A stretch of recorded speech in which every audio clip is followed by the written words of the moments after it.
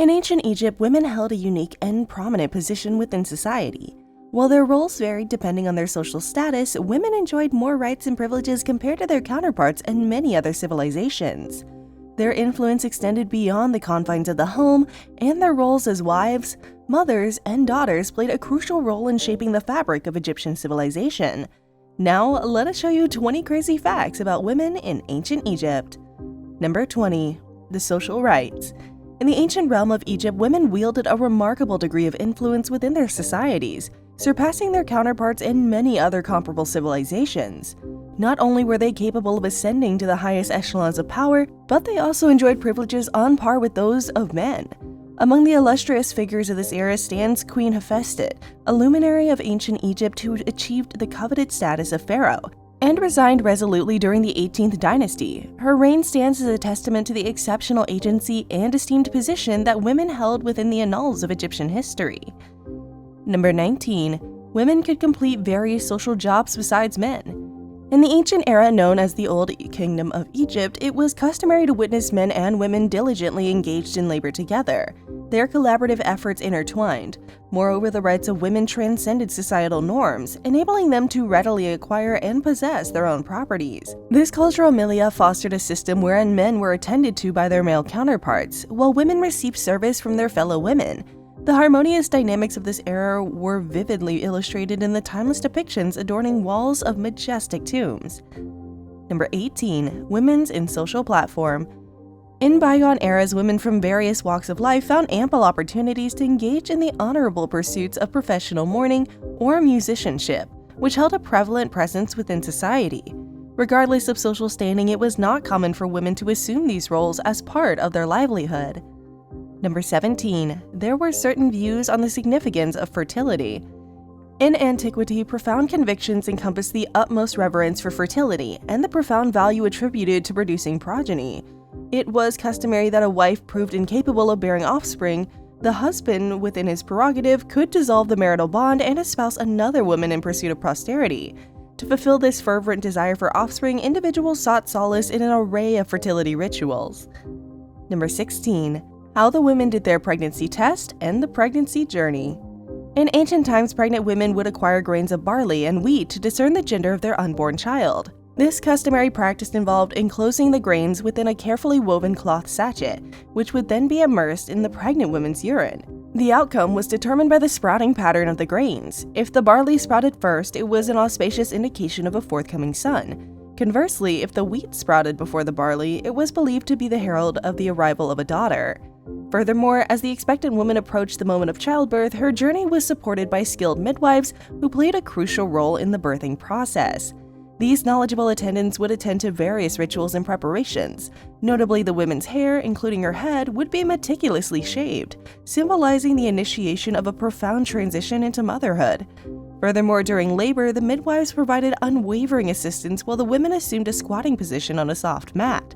The midwives ensured her comfort and stability by placing 4 bricks on the corners of the mat, representing the divine presence of the 4 revered goddesses. Number 15. The influence of women in ancient Egypt. In the annals of ancient Egyptian society, the role of women was uniquely esteemed, positioning them as equals to men and affording them some remarkable opportunities to wield influence. Nebet, an extraordinary figure, ascended to the esteemed position of vizier, second only in authority to the revered king. It's important to note that in many ancient cultures and civilizations, including Egypt's counterparts, power was perpetually passed down through male heirs, precluding women from assuming the mantle of leadership or exercising sovereignty. However, a distinctive departure from this prevailing custom emerged within the realm of ancient Egypt. Number 14. Education of ancient Egyptian women. In bygone times, it was customary for individuals to enter the sacred institution of matrimony in an exceedingly tender age, often around the ripe age of 12 or 13. This historical practice, embedded in the fabric of society's past, witnessed the joining of youthful souls in the bonds of marriage at a stage in life when adolescence was still in its nascent stages. Such unions shaped the prevailing social norms and cultural mores of the era, embodied the prevailing attitudes and perspectives on the sacred institution of marriage, which held sway over countless generations. Number 13. Egyptian women's representation in art.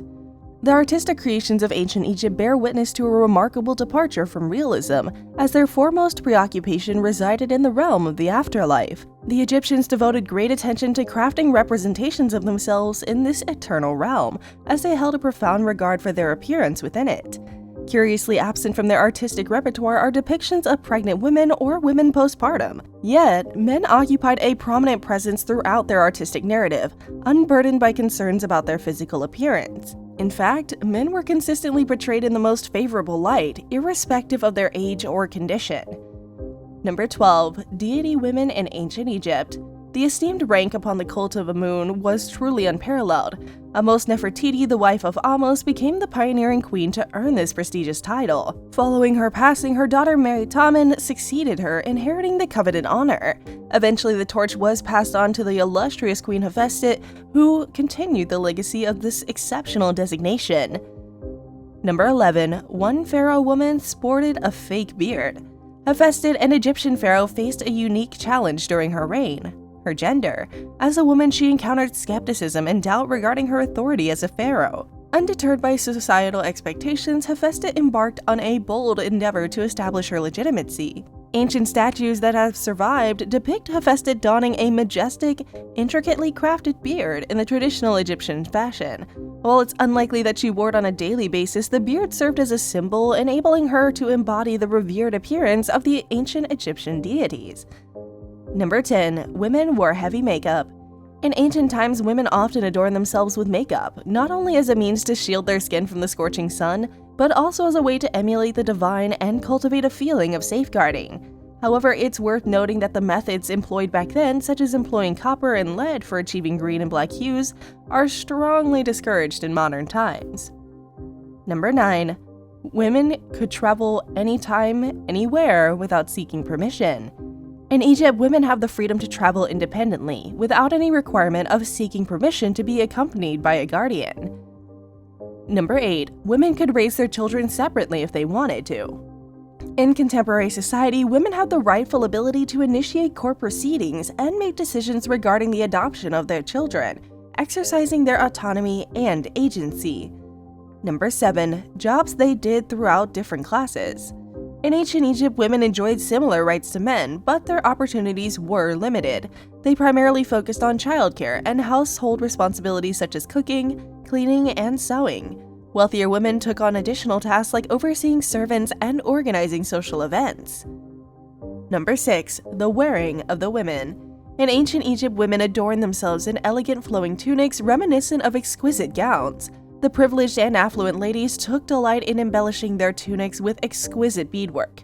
Vibrant patterns and intricate golden threads create a mesmerizing tapestry of opulence and beauty. Number 5. God's wife of Amun. In the ancient civilization of Egypt, a position of utmost significance and reverence was bestowed upon a woman known as the God's wife of Amun. This prestigious title was granted to select individuals who devotedly attended to the sacred statue of the deity and provided invaluable assistance to the esteemed high priest during sacred ceremonies. Over time, the role evolved into an esteemed status comparable in power to that of the pharaoh, marking a remarkable testament to the influential role women held in ancient Egyptian society. Number 4. The way they used to apply perfume is really interesting. In ancient times, women embraced an intriguing ritual to adorn themselves with fragrance.